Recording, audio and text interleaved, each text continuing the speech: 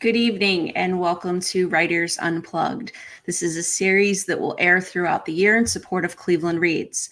Writers Unplugged is a chance to hear your favorite writers or new to you writers in conversation as if you were eavesdropping on them in a coffee shop. Cleveland Reads is an initiative to improve literacy levels in our community, and Mayor Bibb has challenged us Clevelanders collectively to read 1 million books and or 10 million minutes. And just this past weekend, it was announced we have read 1.4 million books and way over 10 million minutes. So way to go. My name is Jen Jumba. I'm a librarian here at the main branch of Cleveland Public Library. One of my favorite things besides reading is talking to writers. It's an opportunity to get to know their craft, what inspires their stories, where they like to write, essentially getting to know them better and see them as human beings and not just the name on the spine of a book. And this evening, we are so lucky to have Jess Montgomery with us. Before we get started, I want to mention a few housekeeping notes. To find out who else is visiting Writers Unplugged, both in person and virtual, visit clevelandreads.com/unplugged. And then Max Facts Books on Coventry is our independent, absolutely fabulous independent bookstore. They have copies of Jess's books just waiting for you. So a brief introduction to Jess. Jess Montgomery comes from a long line of storytellers, mostly unofficial, although she did have a great uncle who became a well-published poet with several collections, and a great aunt who wrote for a gossip column for the weekly newspaper. As a kid, Jess read all the time, essentially the same books that you'd find on my shelves. Laura Ingalls Wilder, Louisa May Alcott, Jules Verne, Charles Dickens, John Steinbeck, fairy tales, mystery novels, Harriet the Spy, which she actually spent reading 13 times in a row. I agree. I too wanted to be Harriet. In any case, the love of stories and writing is essentially who she is. And not only does she write incredible books, but in high school, she wrote a musical based on the ballads she'd learned. Title of the musical, Just an Old Ballad. And with the help of a patient and kind teacher, she not only wrote it, she produced it and directed it. And this is just in high school. It also cast a lead role, a young man who would later become her husband. They're still happily married. They have 2 strong, spirited, independent daughters and 2 cats. Jess loves hiking, music, baseball, and baking, and pies are her specialties. The Kinship series is a historical mystery. Yep, I just made that up. People say mystery, people say historical fiction. I'm going to go with a historical mystery. Set in the 1920s in Appalachia and starring an unlikely hero, the town sheriff, Lily Ross, and who was the first female sheriff in the state of Ohio. There are 4 books in this series, and Jess will also share some good news with us about next year, but I don't want to steal her thunder. So please join me in a warm welcome to Jess Montgomery. Well, thank you for having me. What a lovely introduction. I'm so excited to be here. We're so excited to have you. So can you give us kind of catch us up to speed, because The Echoes is the 4th book in the Kinship series. Can you kind of catch readers and listeners up to where this story started and kind of what's happened so far? Sure. So The Echoes, like you said, is the 4th book in the series, and it's set in 1928. And by now, Sheriff Lily Ross has been the sheriff for a couple of years. And, things are going pretty smoothly, she thinks. And there's a new park that is being opened that is for veterans of the First World War, which they would have called the Great War in 1928.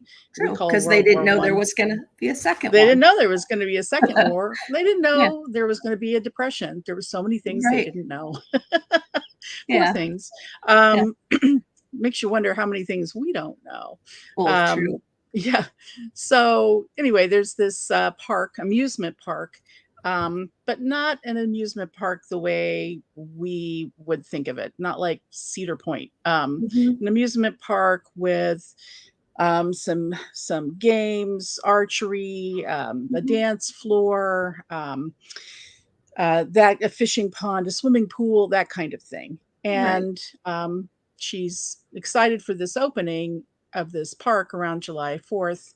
And Mhm. lo and behold, of course, she discovers a body and must solve the crime. But it's called The Echoes because if you've read the first books, and Mhm. this is not too much of a spoiler, Lily's brother, Roger, Mhm. died during the Great War. And so it brings back the echoes of what happened to him in the war, Okay. and other men in the town and their families, of course. And so that's why it's called The Echoes. And the park is actually based on a park near where I live. I live in southwestern Ohio, and there Okay. was a park just like this that was created by a man after the Great War in honor of his buddy who died in the war. Okay.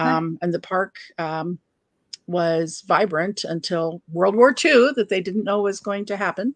Right. And gas rationing caused people to stop being able to drive all the way out to the park. So, Okay. Can you talk a little bit about what inspired the origin of the series? Where Lily came from? I think this is like a fascinating piece of history. sure. So, actually, I discovered, I stumbled upon all this because our younger daughter at the time went to college at Ohio University, Hmm. and she was studying outdoor recreation and education, and played rugby. So obviously a Oh, very well, outdoorsy, yeah. still plays rugby, Yeah. outdoorsy, physically, inclined kind of young lady. And so we wanted to visit her for her birthday and take her somewhere hiking. Okay. And so I simply did a Google search on places to hike in southeastern Ohio. And I Yeah. was simply looking for some place where we could all enjoy it, that it wouldn't be boring for her or too hard for us. Yes.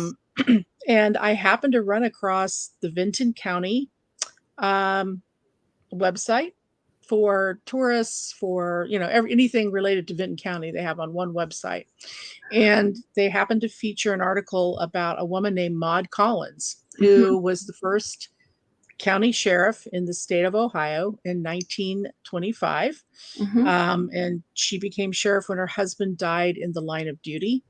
And she had already worked as a jail matron for him. The county sheriff's home was and jail were kind of combined and owned by the county.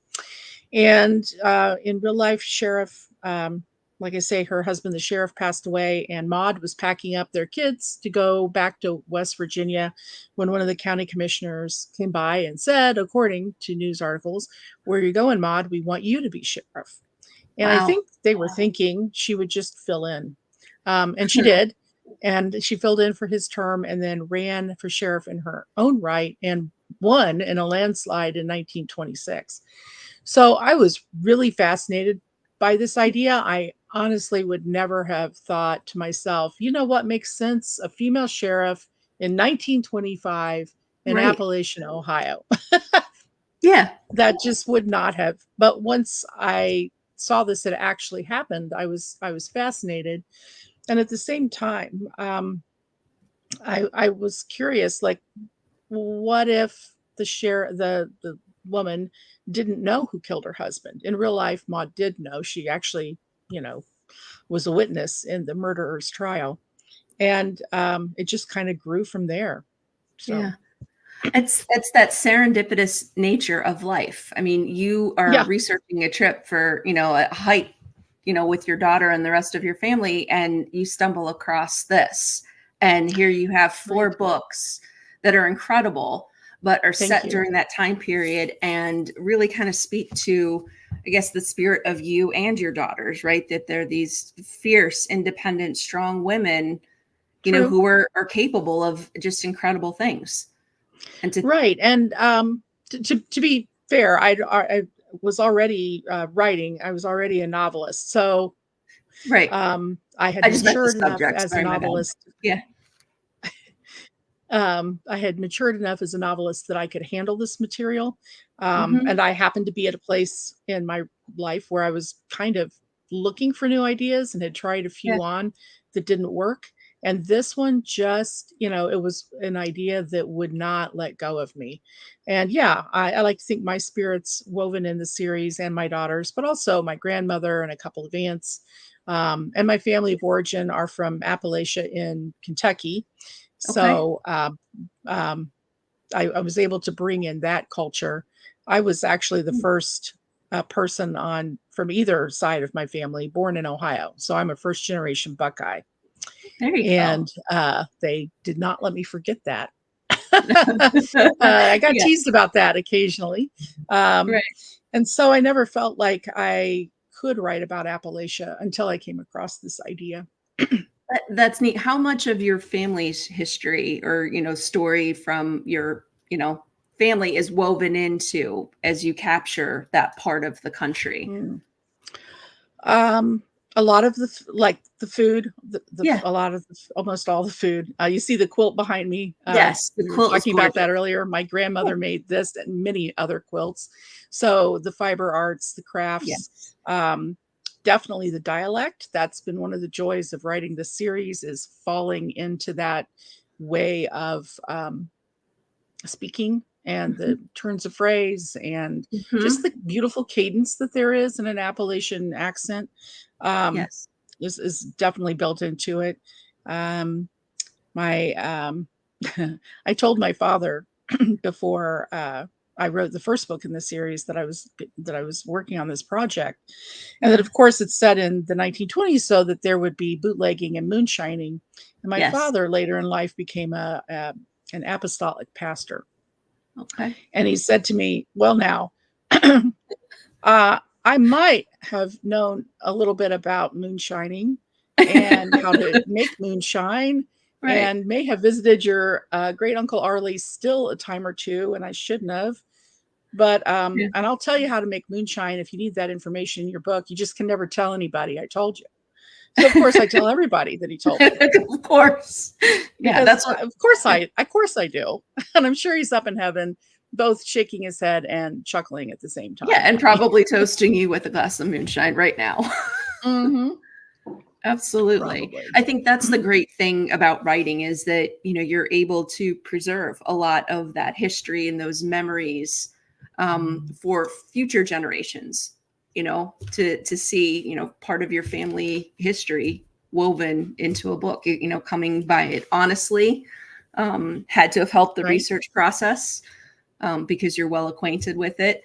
What else did you have to research for this series, and in particularly the echoes? For the series in general, I had to do a lot of research Mhm. on coal mining. Okay. So my family were all tobacco farmers, and on my mom's side, I would hear people say, um, "Well, at least we weren't coal miners," and I always thought that was kind of snotty. But then I realized later Yeah. on that what they were probably really saying was, as hard as it was to be a coal miner, or Yes. to be a tobacco farmer, uh, you know, at least we weren't coal miners. That would have been even harder.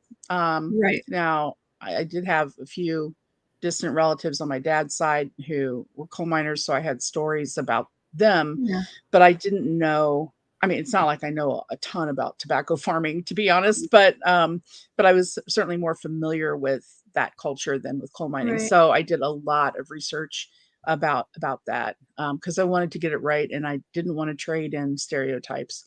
For the echoes in particular, actually, it was that the book in the series that I wrote entirely during the pandemic. So The Widows was not at all written during the pandemic. The next two No. had phases of them written Yes. during the pandemic. But The Echoes was entirely written during that time. So I wasn't able to go to various museums or take field trips to Southeast Ohio like I had before. So I Okay. actually mined my own work a little bit, like for for the park that I described earlier. I had Oh, actually visited that park. Well, okay. the amusement park ended up being kind of absorbed into a metro park where I Okay. live. So the remnants of it were in this metro park. And I'd stumbled across them with my family, those 2 young daughters and my husband out Yes. hiking years ago. And there was some signage there, but not a ton of information. And I was very curious about this park. So I did a lot of research. I found the nephew of the man who had created the park, who by then the nephew was quite elderly, interviewed him, and I wrote an article about this park that was published in the Dayton Daily News. And so Wow. I needed to go find that article and do some more, repeat some of that research. And actually, Right. since then, I've had 2 friends who like to hike, who've gone out to that park and found the new signage that includes quotes from the article that I wrote. That is special. Yeah, so That that is is very very special. special. I have Absolutely. yet to get out there and find it myself, but I intend to. So Absolutely. yeah, So I'm so I joined mind this my evening. own work. Go ahead. I was going to say I mind my own work. Uh, See, so like no research is ever wasted, essentially, That's right? right, or life experience. Exactly right. So I'm joined in conversation this evening with the wonderful Jess Montgomery. We're talking about the Kinship series, in particular, the Echoes. When you do your research, the thing that I'm struck by in your books is the things that we have today that I, kind of take for granted, but didn't realize Mhm, were a big deal at the time. mhm, I believe it was in the book before. I think the stills where mhm. like Campbell's soup in a can was introduced to Right. like the public, and I was like, wait, there was a time before like you had your Campbell's chicken noodle soup. But it obviously the amount of research and then to also weave the dialogue with that cadence, as I read it, I hear it in my head, right? I mean, that's most Right. readers do. And you're exactly right. There's a rhythm and a cadence to that language. And to be able to Yeah. capture that is so awesome. Oh, thank So you. it A lends lot the authenticity, right?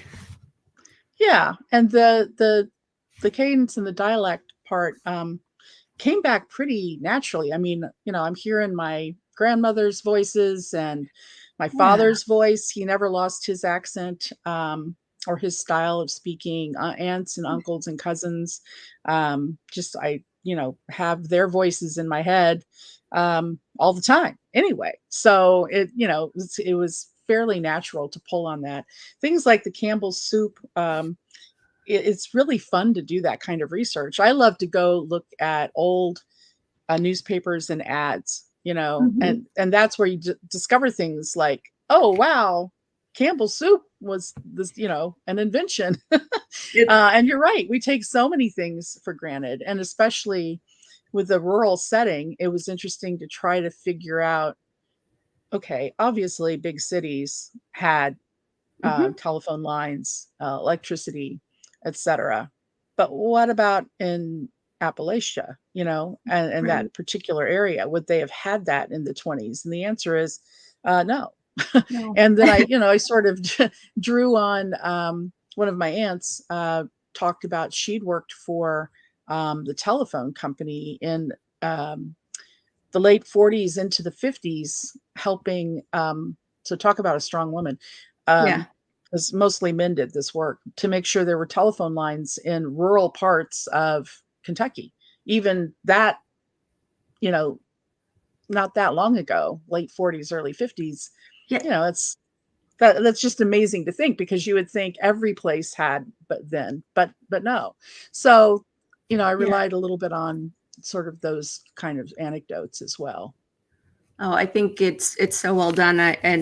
I work at the main library and I'm in the popular department, which is funny just to even say that out loud. But one of You're the one of the things popular kids. I know exactly. This is the first time in my life I've ever been popular. So, but part of my responsibility in this department is the microfilm and microfiche collection. And there Mm, will be customers, that come in and they're looking for particular things. And, you'll go through newspapers, from mhm. that era. And I can remember going through something a customer needed and seeing like, well, this is what the New York Public Library, the specs for what they plan for, the one that's on like Fifth and like 42nd. I'm like, Mhm. oh my God, it hadn't even been built yet. And it's just that fun stuff. And then you do see like the big spreads and advertisements for things and the costs of what those things are, Right. you Mhm. know? So Yeah. yeah, to be able to make sure that when you're writing the story that you're consistent to that, not only the time period, but the place. Um, Right. I think as a reader, it's important, but I would think as a writer, it has to be even more important because I'm sure people would chime in if something. Yeah, I know, right? I never do that. I Yeah. only say good things.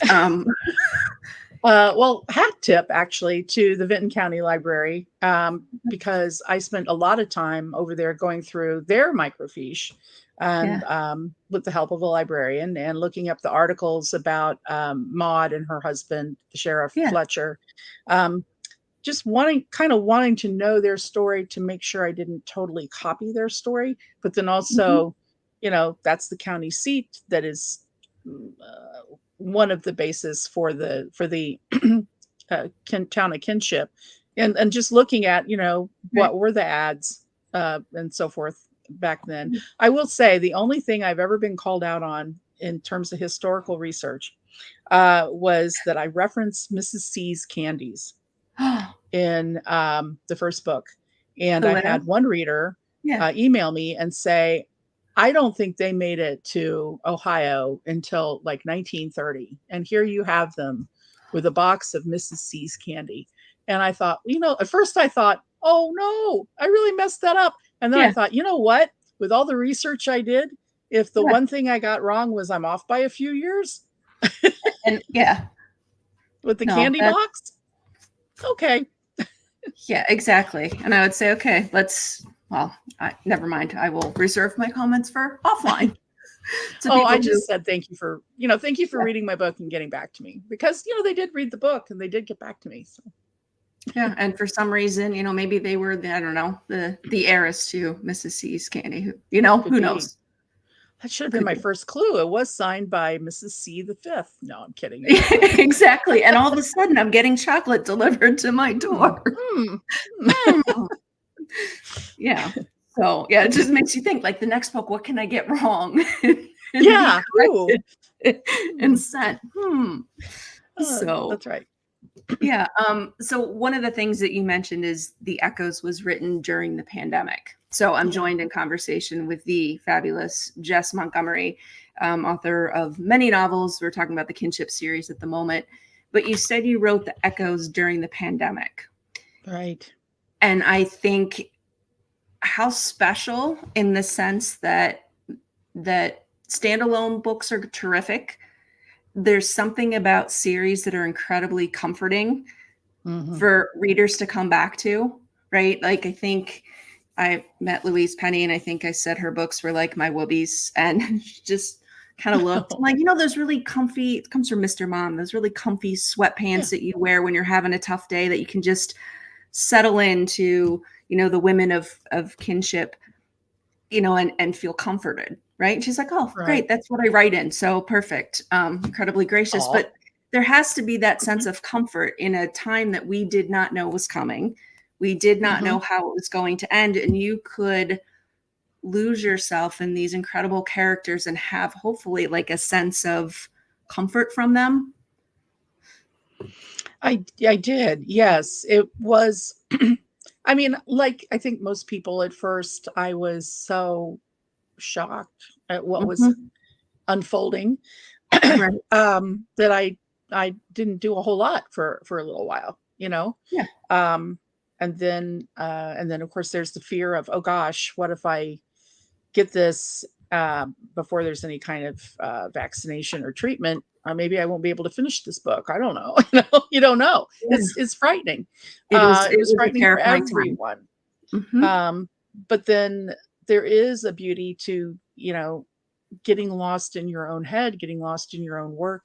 Um, and it was a comfort to be able to do that. And I leaned into it. I went through the phase that I think a lot of writers did of, gee, with what's going on around us, is my work really that important? And then, like you say, I started thinking about the books that I turned to for Yes. comfort, for escape, for perspective, Hmm. and was reminded, yes, that this work is important. And so it was wonderful to be able to escape into that and create that world again.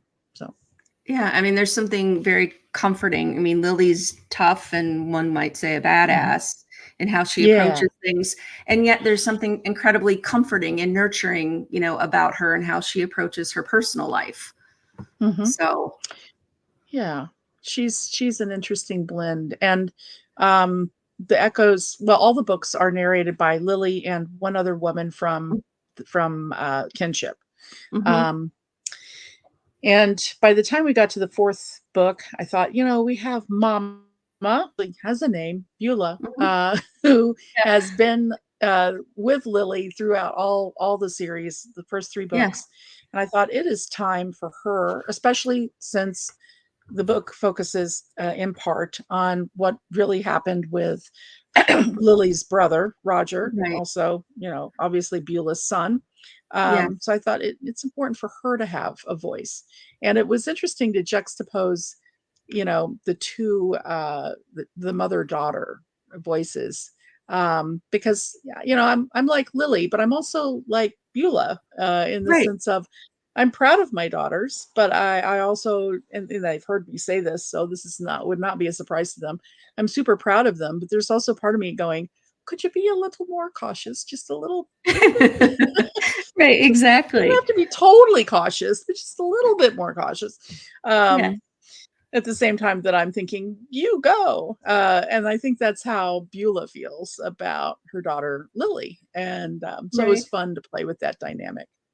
Absolutely. That was leading to my question is why you chose to tell, and give her a voice. So there you Right, go. there you go. My parents say that they raised me with roots and wings, you know, Ah, roots so that we have a yeah. place to come home to, and then wings so we fly. So I think it's something that every parent experiences, that they, want their children to do well.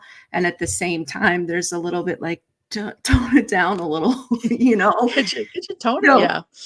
Yeah. Yeah. There's a lovely song that's called Roots and Wings, and I can't remember who the name of the person who, created it. But I remember running across that song when, our daughters were, approaching graduating from high school and realizing, Yeah. "Oh, it's time for them to fly." Yes. So Yeah. It's bittersweet, I imagine. yeah. Yeah. Yeah. So, the other thing is, can you talk a little bit about what draws you to this particular time period? We talked about kind of your inspiration Mm. for Lily and where it's set, but Mhm. specifically this time period, why it resonates so much with you. That's an interesting question. So, the time period kind of, I had to do, if I was going to be inspired by the And first female sheriff in 1925, then it had to be said in yeah. 1925. Um, so I cannot say I had a particular fascination with the 1920s more so than other people. I mean, the Mhm. 20s are fascinating to us, Yeah, they but are. Yeah. um, but I can't say that that had been a particular fascination. And yet, I also started thinking about, that's about 100 years ago, Right. roughly. And I started thinking about the echoes, even Mhm. before it was a title, in our 20s and the 20s from 100 years ago. And that became really fascinating to me. Mhm. And, you know, bittersweet, to use your word from earlier, um, to think about, we've made progress, but there's still so much misogyny. There's still so much prejudice. There's Mhm. still so much racial injustice. Mhm. There's still, workers' rights that, unionization, we can draw Absolutely. parallels between bootlegging and, the use of marijuana, for example, and the Yes. control of substances in that way. Yeah. So, it was fascinating to look at those parallels, and to think about how, in some ways we've Yeah. evolved and changed, and how in too many ways we haven't. And Right. what that means, if we're not learning from our past, and also if we're not, and certainly the second book in the series, The Hollows, really gets into Mhm. this. If we're Right. not dealing with some of our original sins of Yes. slavery and um, injustice in that regard, and how that can play out. So that was fascinating to me. And actually, in the first book, The Widows, I touch a little bit. It's because they're still feeling the effects of The loss. having gone through their own pandemic and how that Exactly. affected families.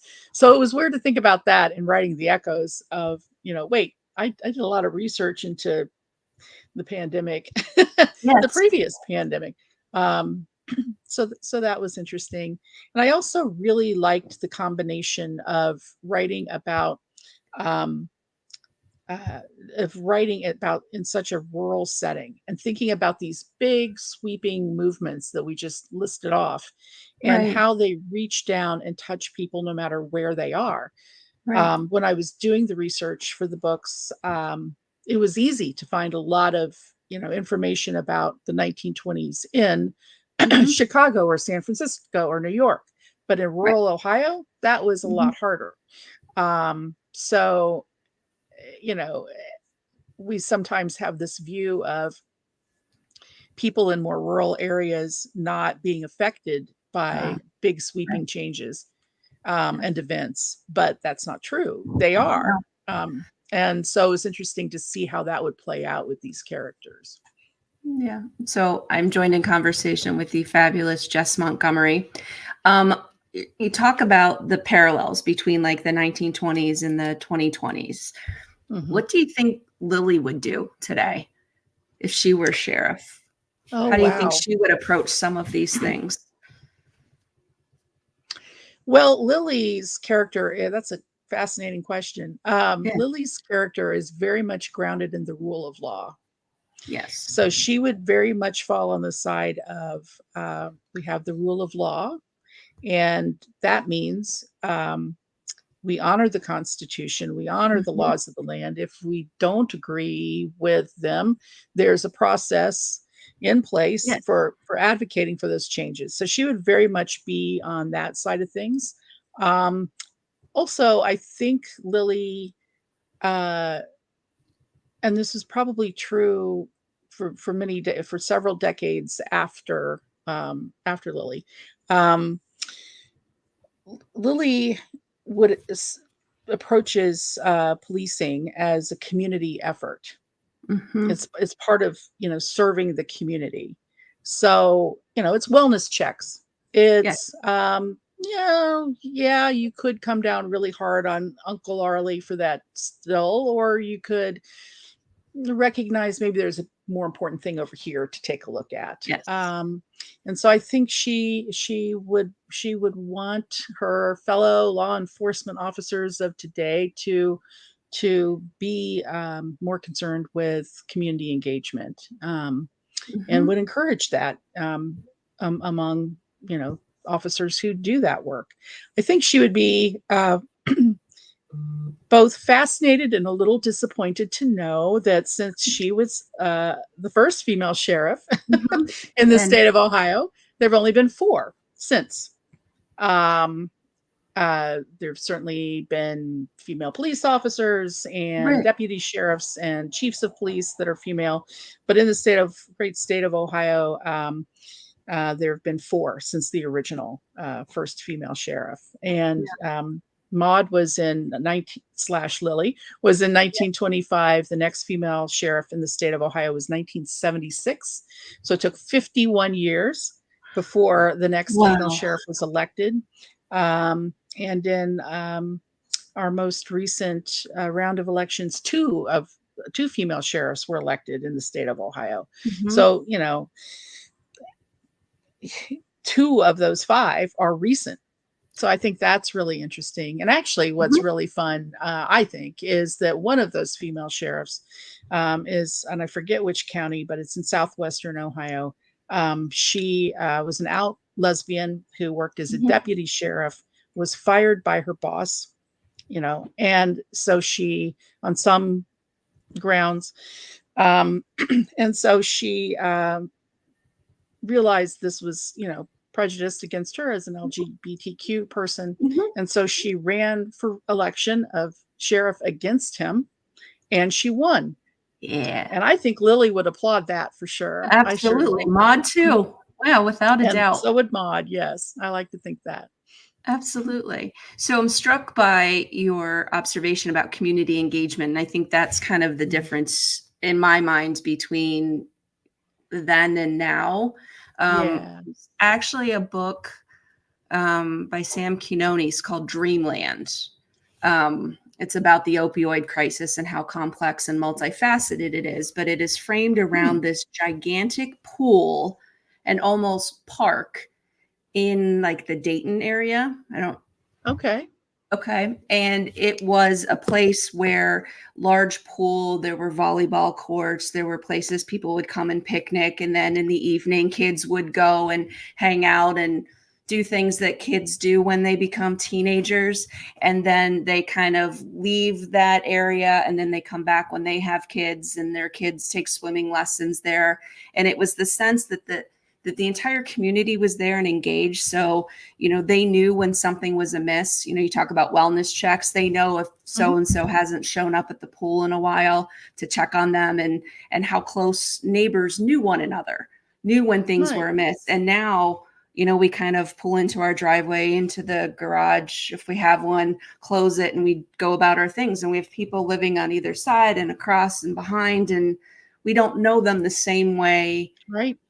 previous generations did, to know when something was amiss, to help, to spot something before things kind of spiraled out of control. So, Interesting. Yeah. I think, yeah. And, the series that I've written is called, I'm going to look up Dreamland. That sounds really good. The series is called the Kinship series yeah. because it's based out of this county seat called Kinship. Um, but honestly, it wasn't until I was probably in draft 3 or 4 of The Widows, which is the first book in the series, Yeah. that it hit me. Duh. Like sometimes your subconscious knows way before your conscious does as a writer Yes. what you're doing. And my conscious finally caught up to my subconscious and realized, oh wait, this is about kinship, not just the place, but about, you know, relatives, friends, community, See, I thought churches, that was done. Yeah. Yeah. clubs. Yeah, well, and yeah, I would love to say that I thought of that before I ever started drafting, but I None of did us not. would I know. realized it like, you know, Right. 90% of the way through the process. Oh, and that helped it become the thematic basis then that informed the rest of the series. So I'm glad I finally, caught on to my own Yeah. invention. Good Yeah. grief. Um, but I do think kinship is something that's definitely hurting in our country, Hmm. and that I'm hoping we'll get back to in all forms. It's just so important. I agree. So I'm joined in conversation with the fabulous Jess Montgomery. Did you know when you were writing The Widows that it was going to be a series? I would love to say yes to that, but the honest answer is no, I did not. I thought Wow. I had written a standalone, and my brilliant agent sold The Widows in a 2-book deal, and so, I mean, this starts to get into the weeds about how publishing works. And so, the second book, Minotaur, who's my fantastic publisher, Hmm. they knew they wanted a second book from me as Jess, and they knew they wanted it to be historical mystery. They publish mysteries, and I obviously had just written a historical mystery. And so I came up with some ideas, chatted about them with my fabulous editor, and Hmm. she said to me, "Those are interesting, but do you realize?" She really did ask this question. She said, "Do you realize what a rich world you've created with so many fascinating characters Yes. in kinship?" And the honest answer was no. I mean, I was so close to I know. I swear I'm a smart person. I was so close to this story and these characters Yes. that I couldn't see them quite that objectively until she asked that question. Yeah. And I wasn't trying to be cute or snotty when I said no. It was truly like, No, I hadn't really thought about that." And so she was very kind and said, "Well, why don't you think about that?"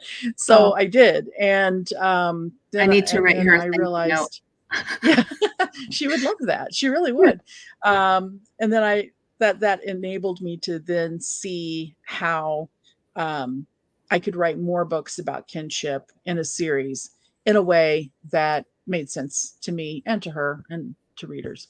Yeah, it's a wonderful series. Um, Thank you. so can we switch gears just a little bit to announce your I was gonna say, I'm Sure. joined in conversation with Jess Yeah. Montgomery, also known as Sharon Sharon Short, Short. because you Yeah. have something exciting to share with us. I do. I have another book coming out next year, again with Minotaur, same editor. So I feel very blessed about that. And the book is called Trouble Island. It will come out December 3rd of next year. It is also a historical mystery. It's a standalone, so it is not part of the Kinship series, but it's set in 1930 on an island in Lake Erie. Mm. And this island is inspired by two things. One is an actual island uh, that is still obviously in Lake Erie. That's actually part of Canada. It's the southernmost dot of land in Canada, and it was used during Prohibition as a staging spot Huh. for bootleggers, and was owned in part by a real life gangster.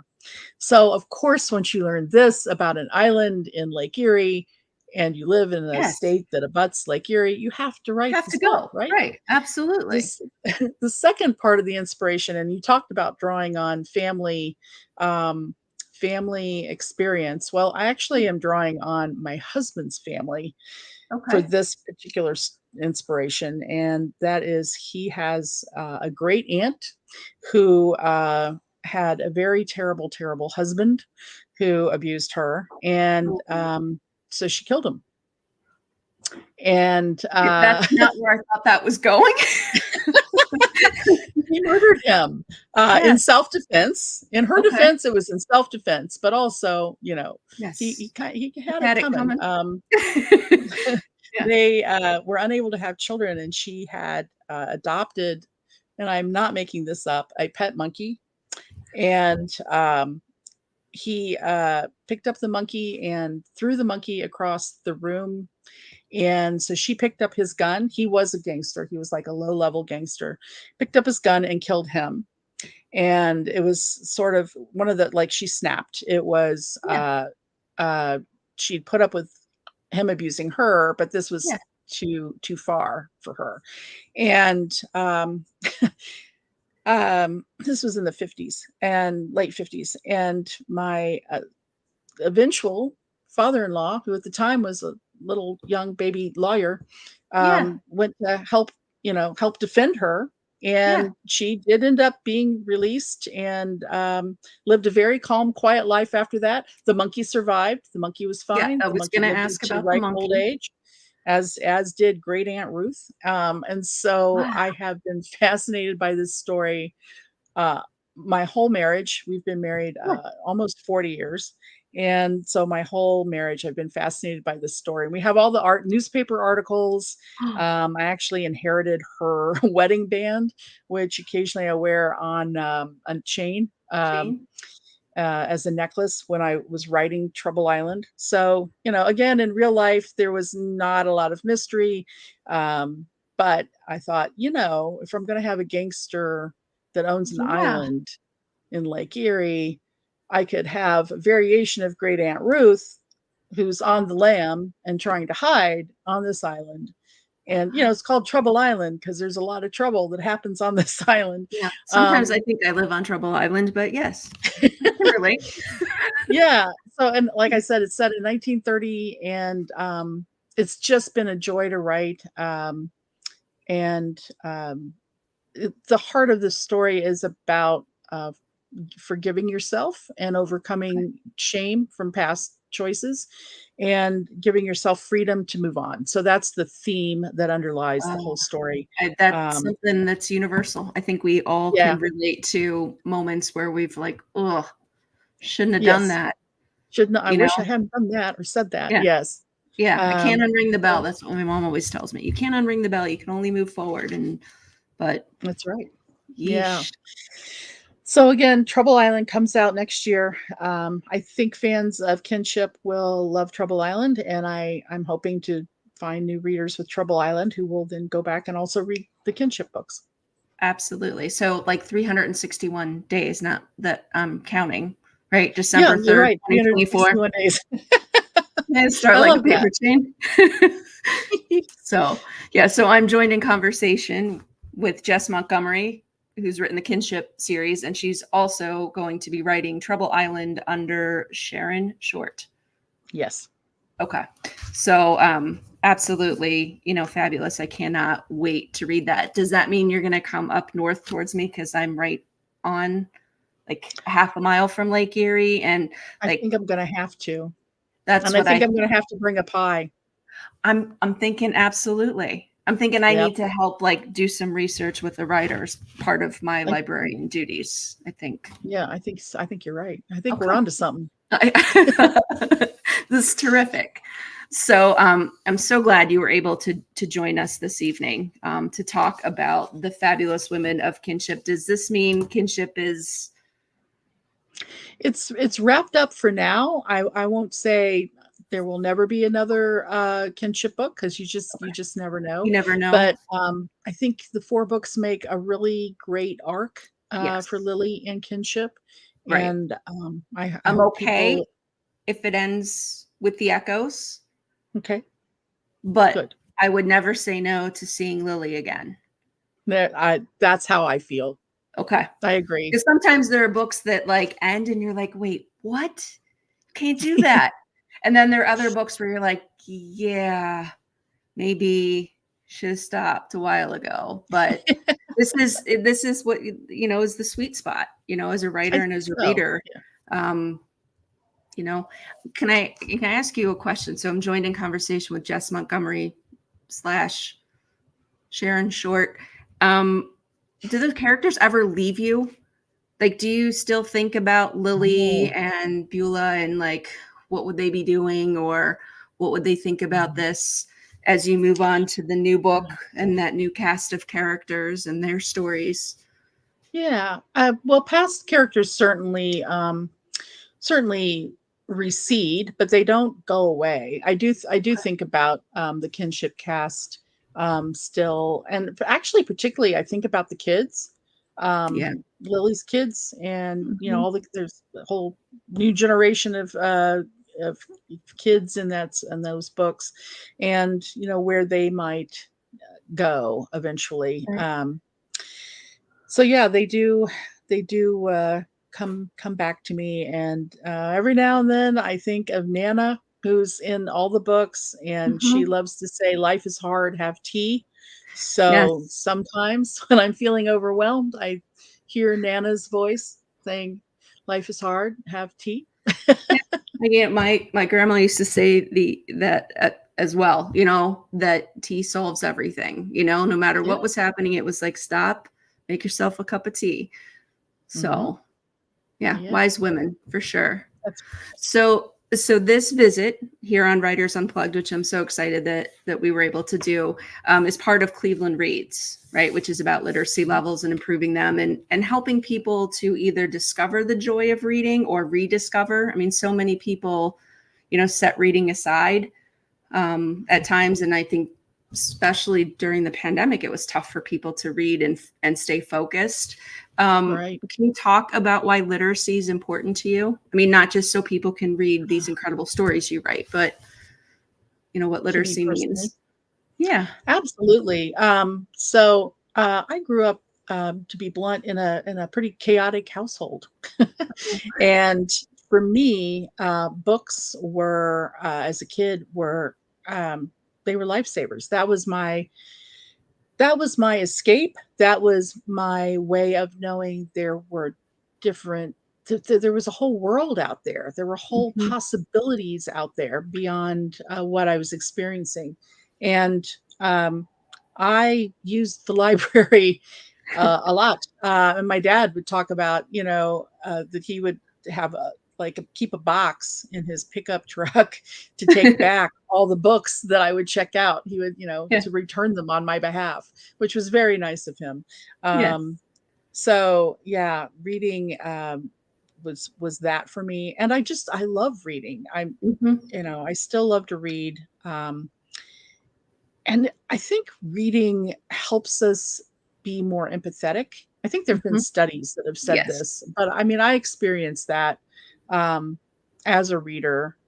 I think it makes me a more empathetic person, and reading a book, a good book,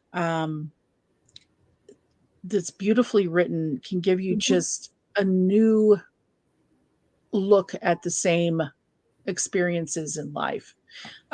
So the book I most recently have finished reading is by Ryan Stradell. I hope I'm saying his name right, and it's called The Yes. Saturday Night Supper Club.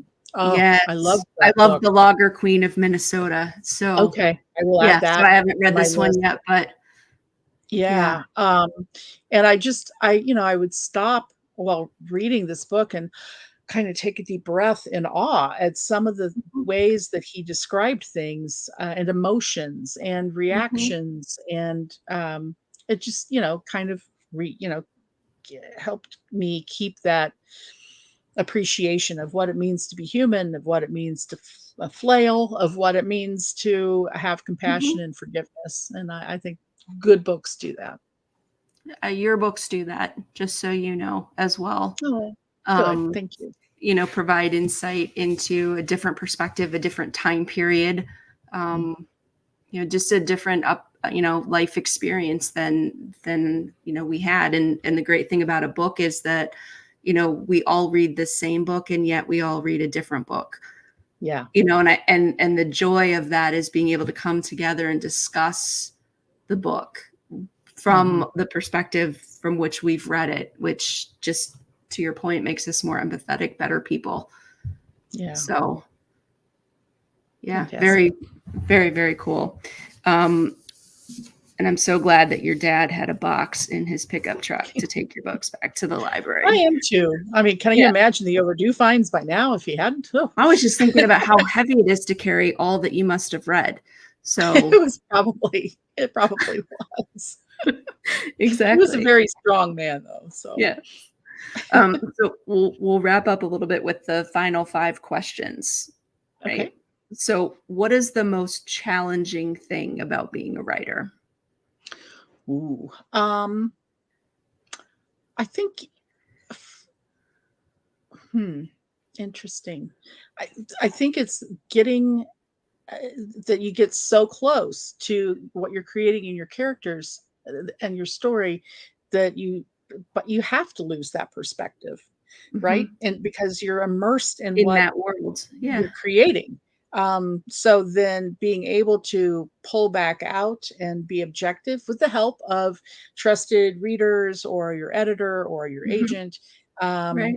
and it's not so much, oh, it's impossible to take criticism. It's just, it's hard to, Yeah. you don't want to let go, you want to stay immersed. And then you reach that point where you have to pull back out and not, Yes. and be objective. So, Have you ever visited a place and decided to write based on your visit? I'm thinking of your recent trip to Iceland. um, I have not. I loved visiting Iceland, and I would Mhm. recommend it. And the people were amazing, and talk about a country of book lovers. Yeah. So yeah, they're my people. They're my I think, jam. like, on Uh, Christmas Day, don't they, like, give each other yeah, books and they're supposed they to have a read all day holiday and eat where they chocolate? right. So I Yeah. love chocolate. I love books. I'm an introvert. This is perfect. I was gonna Uh, say, this is my yeah. Yeah, It's that's my what I said. world. They love swimming, and I'm a swimmer, so these are my Yes. people, whether they know it or not. But, Yeah. I did not find myself thinking, "I wanna write a book set in Iceland." Um, and I think part of that is they have such a wonderful, rich tradition of their own that I want to read all Mhm. the books that have been written by people, Yes. in Iceland. I have, I haven't done it. Actually, I did with a book that was never published um, when I was still learning to write. I've wanted to write a book set in New Orleans because we lived Okay. in New Orleans for a little while. Oh, I wow. haven't had the nerve to do that yet, Um, but yes. I'm thinking maybe a historical fiction set in New Orleans I could pull off. I Okay. think writing about contemporary New Orleans would be a bit much for a Yeah. Midwesterner, maybe for at least this Midwesterner, but historical New Orleans I would be fascinated to write about. Oh, I'd be fascinated to read it. Heck, I mean, I think I would read your like to-do list or grocery list at this point. So, Oh, um, so here's a question because you wrote a musical while you were in high school. I Do you did. have a favorite musical? A favorite musical? It would have to be Phantom of the Opera. Yes. Because I years ago went on a Yeah. business trip to New York. Had nothing to do with publishing. It was for a company I worked for. And while I was there, I thought, oh, obviously I'm going to go see a show on Broadway. Yes. And I went to see Phantom of the Opera and just, sobbed like a baby through most of it. And I thought it was fantastic. Yeah. Yeah. I was in New York City this past weekend and did the same thing. Like, okay, I have to see something on Broadway. And I've seen a lot of stuff here in Cleveland and it's fabulous. And Hmm. then Broadway, I was like, that's a whole different level. I mean, Yeah. it was It's unbelievable. The amazing. voices, yeah. I mean, Yeah. there were several times where I was like, oh my God, look, like you're a Yeah. chicken kid. Yeah. Um, well, if I can mention a second musical, that would be Come From Away, which I saw more recently, again, Yes. on a business trip to New York, this time as a writer. And my husband was with me. Okay. And we went to see Come From Away, and it's such an amazing I was piece supposed to of see work. it, yeah, this summer. And for some reason, it it was canceled, postponed. So Oh, I have tickets for July. So I have two. So if you decide you want to come see that and research Lake Erie, let me know. yeah. So I'm thinking Come From Away, Pie, Research Lake Erie. Yeah, this is starting to sound really good. This is sounding really good. Um, what is a book that you think everybody should read and why? Oh, a book everybody should read and why. Mhm. I'm going to go old school again, and this time I'm going to go with The Pearl by John Steinbeck. I love John Steinbeck. He's my favorite classical author, and I would say read The Pearl because just the message, the allegory that the pearl is about, dreams and desire and Mhm. sacrifice. Mhm. It would be one reason. And also, just again, the language is so evocative, so beautiful. And it's a slim volume. So, Mhm.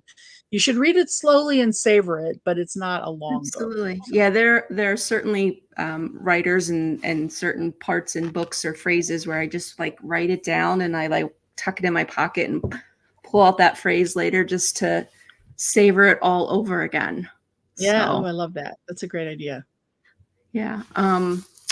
So is there any writer that you fangirl over? Oh, Laura Lippman. Okay.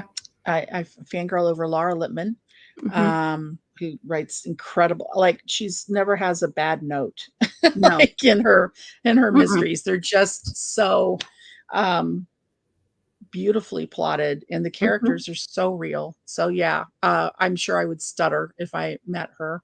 Um, Hmm. uh, um, let's see. William Kent Kruger is Mm. another mystery writer, Oh, and Ordinary I Grace did, is on my top yes. 10. Yep. Yes, and I did meet him at, a mystery fan conference, 2 years ago called BoucherCon, and I did in Yeah. fact stutter. Um Oh, wait, I was there at the same conference and did not see you. Oh, Is that the wow. one in Okay. Dallas? No. No, No, the 2 one in years ago. Minneapolis. So, Oh, that yeah. was Minneapolis. No. Okay. Yeah.